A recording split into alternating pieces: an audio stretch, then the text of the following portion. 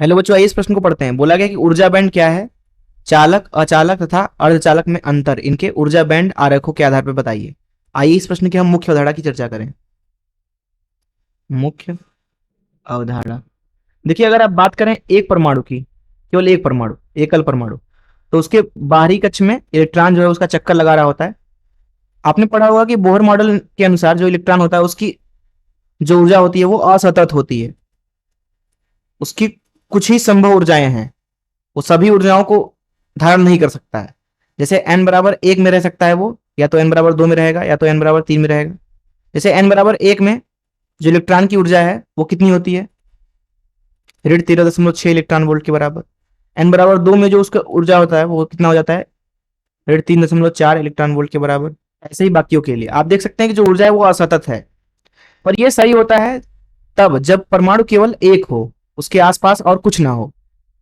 पर जो आसपास में जो हम सदैव पदार्थ वगैरह इस्तेमाल करते हैं वो क्या होता है, उसमें खरबों करोड़ों परमाणु होते हैं आसपास।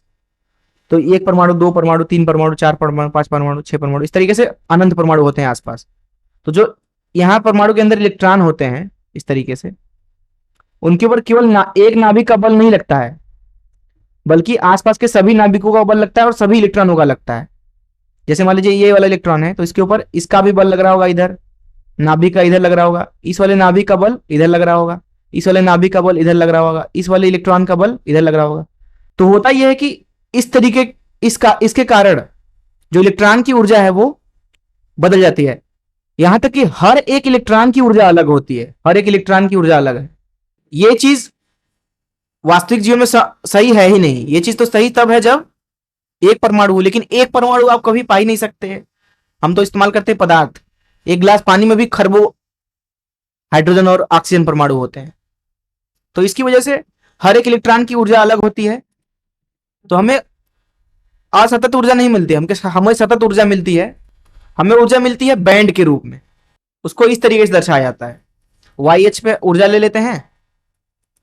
ऊर्जा पहले आप समझ ले कि ये है एकल के लिए, एकल परमाणु हेतु, परमाणु हेतु, जो कि क्या है, अवास्तविक है एक तरह से आप सोचे तो। इसका कोई इस्तेमाल नहीं है अर्धचालकों या चालकों या अचालकों के लिए, क्योंकि उनमें एक साथ खरबों परमाणु होते हैं।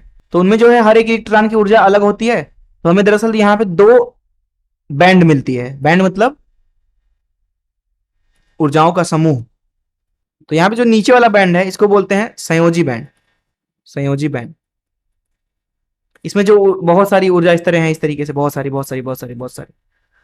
वही ये वाला जो बैंड है वो है चालन बैंड। चालन बैंड, चालन बैंड में जो इलेक्ट्रॉन होते हैं अथवा उन इलेक्ट्रॉन जिनकी ऊर्जा चालन बैंड के अंदर आती है वो चालन का कारण होते हैं।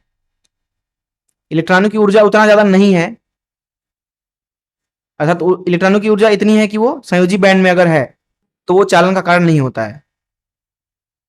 तो इस तरीके से यहां पे आप देख सकते हैं कि बहुत सारी ऊर्जा इस तरह है। संयोजी बैंड और चालन बैंड के बीच में इस तरीके से ऊर्जा अंतराल है, इसको ईजी बोलते हैं। जो ये ईजी है वो अलग अलग होता है चालक, अचालक अथवा अर्धचालक के लिए। और ये है ठोस पदार्थ के लिए ऊर्जा बैंड ग्राफ। किसके लिए, ठोस पदार्थ के लिए। ठोस पदार्थ मतलब जैसे चालक है आपके पास में कोई, या अचालक है या अर्धचालक है। अब हम समझते हैं कि ईजी का मान किस तरीके से परिवर्तित होता है चालक, अचालक और अर्धचालक के लिए, और उनका ग्राफ कैसा दिखेगा।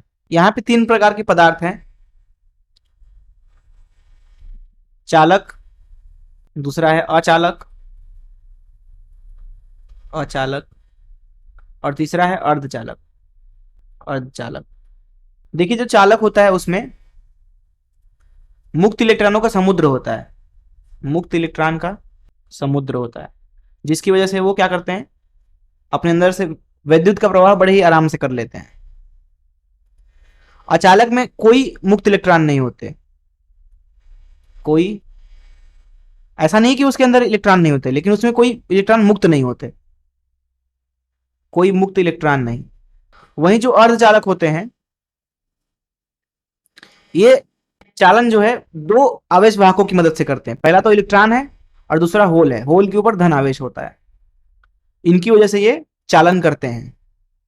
अब हम समझते हैं कि जो ये चालक है और अचालक है, इलेक्ट्रॉन तो दोनों में है, लेकिन केवल चालक में इलेक्ट्रॉन मुक्त क्यों है, अचालक में इलेक्ट्रॉन मुक्त क्यों नहीं है?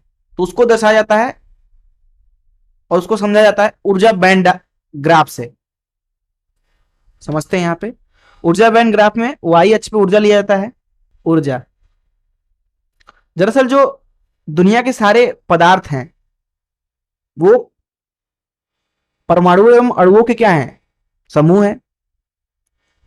तो उनमें एक ऊर्जा की स्तर नहीं होती, उसमें हजारों ऊर्जा मतलब हजारों लाखों ऊर्जा स्तर होती है।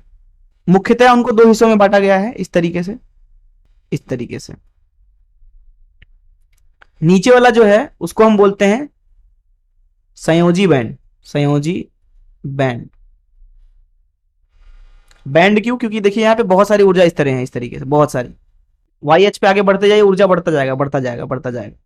वहीं जो ये ऊपर वाला बैंड है इसको बोलते हैं चालन बैंड। चालन बैंड। और इन दोनों के बीच में ऊर्जा का अंतराल है, यहाँ पे आप देख सकते हैं सीधे। ये जो ऊर्जा का यहाँ पे अंतर है ईजी, इसको ईजी बोलते हैं, ऊर्जा अंतराल। अब देखिए संयोजी बैंड मतलब वो ऊर्जा का स्तर जिसमें अगर इलेक्ट्रॉन है तो वो बंध से जुड़े हुए हैं। अब कोई इलेक्ट्रॉन अगर बंध से जुड़ा हुआ है तो वो तो चालन कर नहीं सकता है, लेकिन हम क्या करें कि इन इलेक्ट्रॉनों को इतना ऊर्जा दे दें कि ये इलेक्ट्रॉन इस चालन में पहुंच जाएं। अगर ये इलेक्ट्रॉन चालन में बैंड में पहुंच जाते हैं तो अब ये जो पदार्थ है जिसके लिए ये बैंड ग्राफ बनाया गया है वो अब चालन कर सकता है वैद्युत का। लेकिन अगर ये ईजी बहुत ज्यादा हो, इतना ज्यादा कि ये इलेक्ट्रॉन इसमें पहुंच ही ना पाए चालन बैंड में, तो चालन बैंड में इलेक्ट्रॉन ना होने की वजह से पदार्थ होगा वो अचालक हो जाएगा। लेकिन कुछ पदार्थ ऐसे भी हो सकते हैं जिनको बिना ऊर्जा दिए ही उसमें से चालन कराया जा सकता है, जैसे कि चालक हो गए। जो चालक होते हैं वो कमरे के तापमान पर भी आराम से चालन करते हैं, अच्छा चालन। तापमान जितना कम करेंगे चालन उनका और भी बढ़ता जाता है। अर्थात जो चालक होते हैं, चालक, उनके लिए जो ये ऊर्जा अंतराल है वो शून्य होता है। अर्थात हम चालकों के लिए ऊर्जा बैंड ग्राफ इस तरीके से बना सकते हैं, इस तरीके से, इस तरीके से। अर्थात उनका जो चालन बैंड है और संयोजी बैंड वो दोनों क्या है, अध्यारोपित हैं, उनमें कोई ऊर्जा का अंतराल ही नहीं है। तो इलेक्ट्रॉन जो है वो चालन बैंड से संयोजी बैंड में, संयोजी बैंड से चालन बैंड में आसानी से आ जा सकता है। यही कारण है कि जो चालक होता है वो एक विद्युत का अच्छे से संचार कर सकता है अपने अंदर से, क्योंकि उसमें बहुत सारे मुक्त इलेक्ट्रॉन होंगे। वहीं बात करें अगर अचालकों की, अचालक तो सामान्य पदार्थों से जो उनका ईजी है वो ज्यादा होता है। और असलियत में बात करें तो ईजी अगर 3 इलेक्ट्रॉन वोल्ट से ज्यादा होता है तो उस अवस्था में जो पदार्थ होता है वो अचालक होता है, उसमें इलेक्ट्रॉन मुक्त नहीं होते हैं।